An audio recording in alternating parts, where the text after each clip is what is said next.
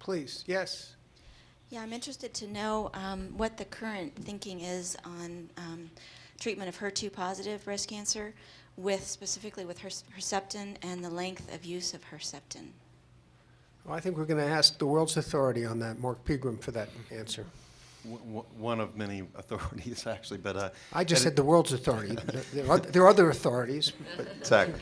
we'll go for world's authority here. So the current duration for postoperative or adjuvant Herceptin is 1 year, but that was an entirely arbitrary decision that was completely made up based on no data whatsoever. And so now there's a serious move afoot to challenge that duration with other durations and see, what the reality is. And so there are a number of trials that are underway that will inform this decision in the future. They're not ready for prime time yet. In addition, there are some studies that are looking at longer durations of Herceptin that are still out there waiting to be reported. So that's in the works also. There's a 1 versus 2 year comparison. In Europe, there are 5 comparisons of 1 year versus shorter duration that are ongoing. So some are doing 6 months, some are even doing 3 months. So that will eventually give us the answer.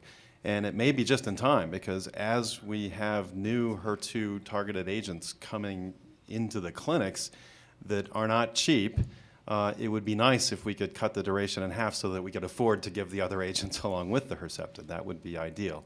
And I suspect that's likely to be the case. I bet you that shorter duration will win the day. If I had to hedge my bets, that's what I would guess. You wouldn't care to comment that some drug company-sponsored trials have specific designs that emphasize the length by which drugs might be used for opposite reasons?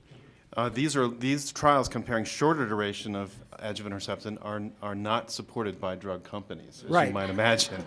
They're supported by payers, namely, government healthcare authorities, largely in European countries.